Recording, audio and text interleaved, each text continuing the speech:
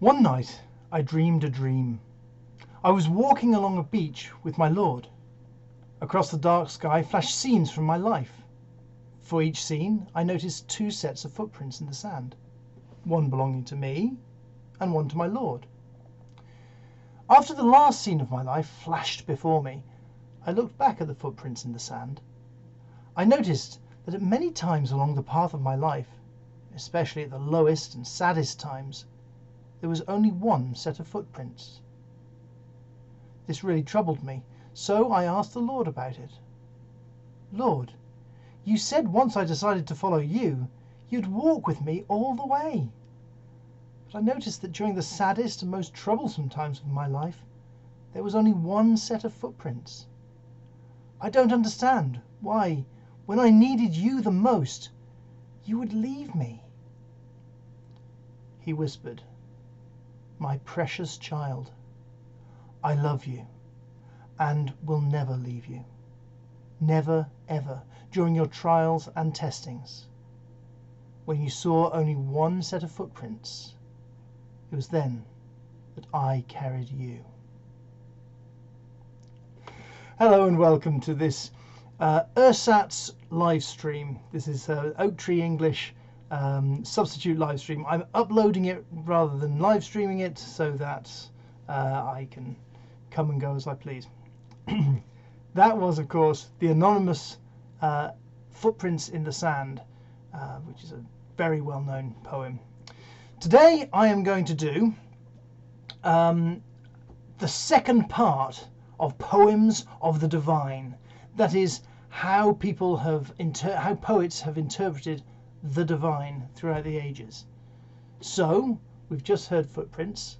Let's turn to some slightly older poetry, considerably older poetry. This is sometimes, the footprints was sometimes regarded as the 151st Psalm,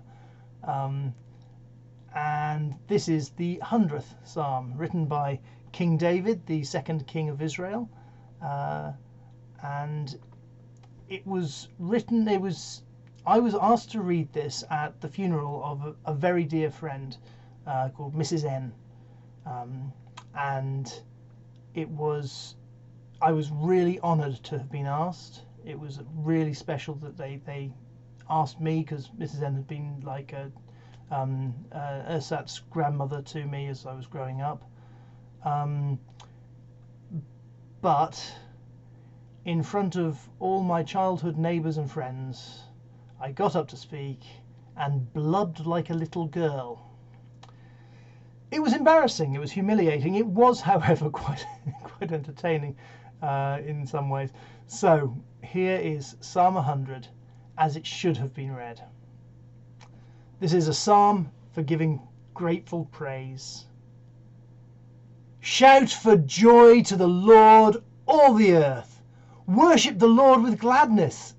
Come before him with joyful songs. Know that the Lord is God. It is he who made us, and we are his people, the sheep of his pasture. Enter his gates with thanksgiving, and his courts with praise. Give thanks to him and praise his name. For the Lord is good, and his love endures forever. His faithfulness continues through all generations. Which is how I should have read it, but I didn't. I can only apologise to the family. I hope I didn't ruin anything. They were all very, very gracious afterwards, though. It was really nice. Okay, now let's go fast forward through history to the 1700s, the 18th century, to a chap called Alexander Pope, who wrote this absolutely stunning piece called The Dying Christian to His Soul. Vital spark of heavenly flame, quit, oh quit this mortal frame, trembling, hoping, lingering, flying, oh the pain, the bliss of dying. Cease, fond nature, cease thy strife, and let me languish into life. Hark, they whisper, angels say, sister spirit, come away.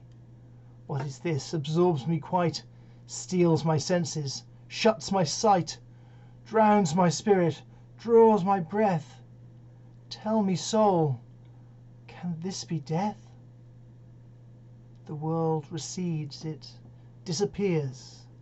Heaven opens on my eyes, my ears with sound seraphic ring. Lend your wings. I mount, I fly. O grave, where is thy victory?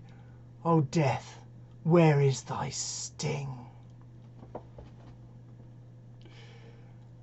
Beautiful, beautiful. I hope to have that experience. Now, we're going to turn to Rudyard Kipling because, as I may have mentioned in the past, Rudyard Kipling is my favourite poet. And he wrote something that I recommend not drawing doctrine from, but enjoying nonetheless. It's called Tomlinson. There is some shaky theology here, but there's also some absolutely brilliant words. And a lovely story that goes along with it. It takes about 10 minutes to read, so if you want to stop the video here, go and get yourself a drink and come back, that's fine. Now, Tomlinson gave up the ghost at his house in Berkeley Square, and a spirit came to his bedside and gripped him by the hair. A spirit gripped him by the hair and carried him far away, till he heard as the roar of a rain-fed ford, the roar of the Milky Way. Till he heard the roar of the Milky Way die down and drone and cease, and they came to a gate within the wall, where Peter holds the keys. Stand up now, Tomlinson, and answer loud and high, the good that ye did for the sake of men, or ever ye came to die. The good that ye did for the sake of men, in little earth so lone. And the naked soul of Tomlinson grew white as a rain-washed bone. Oh, I have a friend on earth, he said, that was my priest and guide, and well he would answer all for me, if he were at my side. For that ye strove in neighbour love, it shall be written fair. But now ye wait at heaven's gate, and not in Berkeley Square. Though we called your friend from his bed this night, he could not speak for you. For the race is run by 1 and 1, and never by 2 and 2. Then Tomlinson looked up and down, and little gain was there, for the naked stars grinned overhead, and he saw that his soul was bare. The wind that blows between the worlds, it cut him like a knife, and Tomlinson took up his tale, and spoke of his good in life. This I have read in a book, he said, and that was told to me, and this I have thought that another man thought of a prince in Muscovy. The good souls flocked like homing doves and bade him clear the path, and Peter twirled the jangling keys in weariness and wrath. Ye have read, ye have heard, ye have thought, he said, and the tale is yet to run.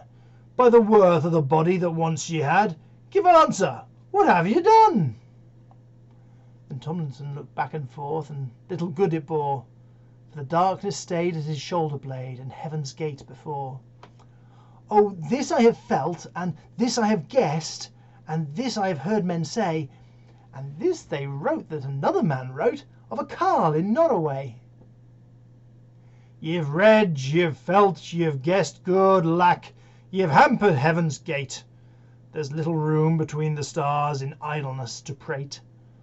Oh, none may reach by hired speech of neighbour, priest and kin, through borrowed deed, to God's good meed that lies so fair within.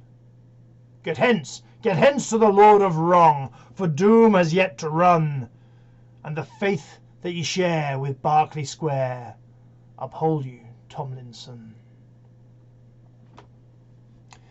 The spirit gripped him by the hair, and son by son they fell, till they came to the belt of naughty stars that rim the mouth of hell. The first are red with pride and wrath, the next are white with pain, but the third are black with clinkered sin that cannot burn again. They may hold their path, they may leave their path, with never a soul to mark.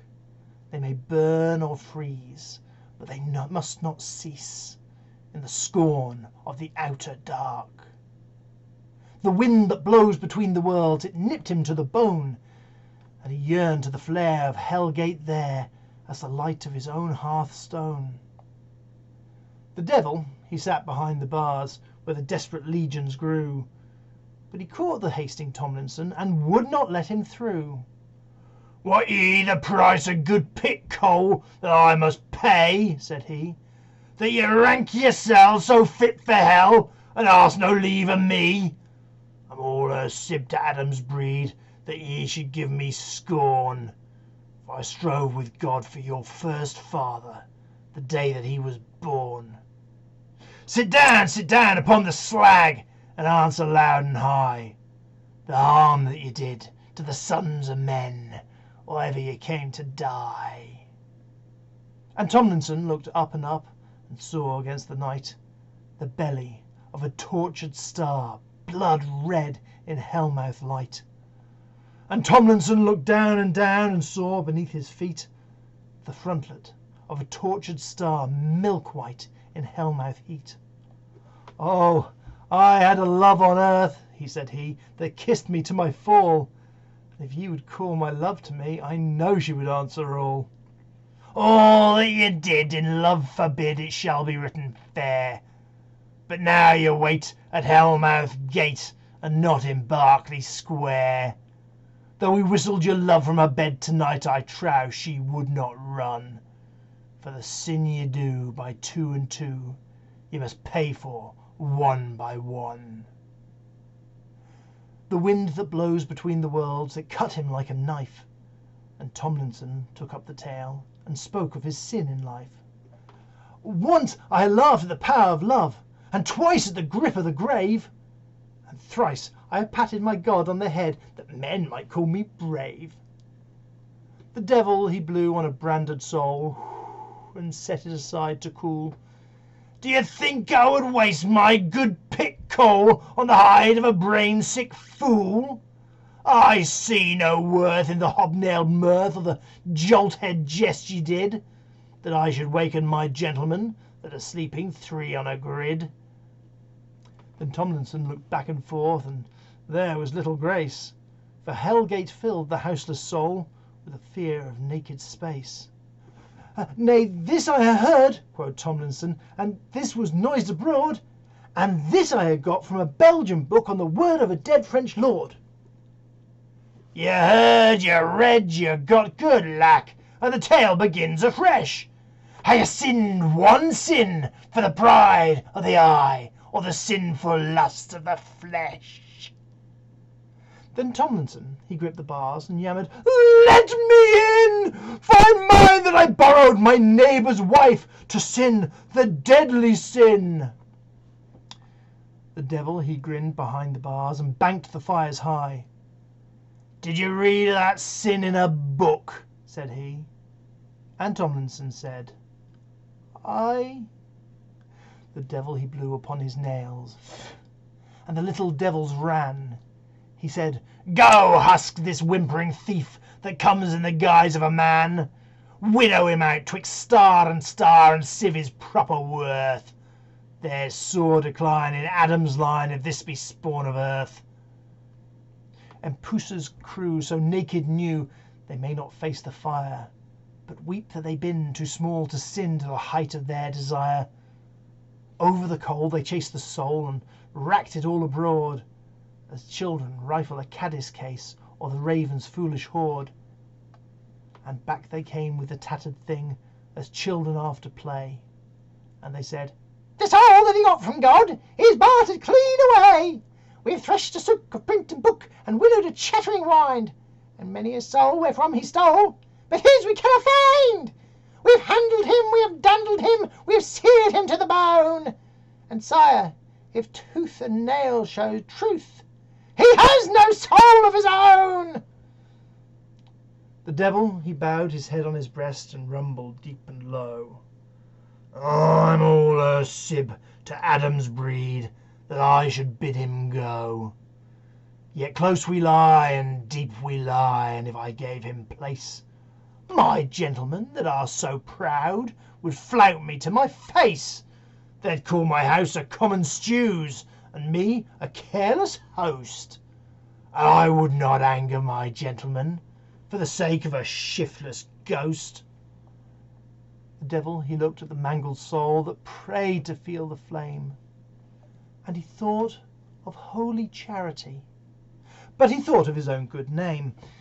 Now ye can haste my coal to waste, and sit ye down to fry. Did you think of that theft for yourself? Said he. And Tomlinson said, Aye. The devil he blew an outward breath, for his heart was free from care. You've scarce the soul of a louse, he said, but the roots of sin are there. And for that sin should ye come in, were I the Lord alone. But sinful pride has rule inside, aye, mightier than my own. Honour and wit for damned they sit, to each his priest and whore. Nay, scarce I dare myself go there, and you they'd torture sore. You're neither spirit nor spurk, he said, you're neither book nor brute. Go get ye back to the flesh again, for the sake of man's repute. I'm all a sib to Adam's breed, that I should mock your pain. But look that ye win to worthier sin ere ye come back again. Get hence! The hearse is at your door, the grim black stallions wait. They bear your clay to place today. Speed lest ye come too late. Go back to earth with a lip unsealed, go back with an open eye, and carry my word to the sons of men, or ever ye came to die, that the sin they do, by two and two they must pay for, one by one. And the God that you took from a printed book be with you, Tomlinson.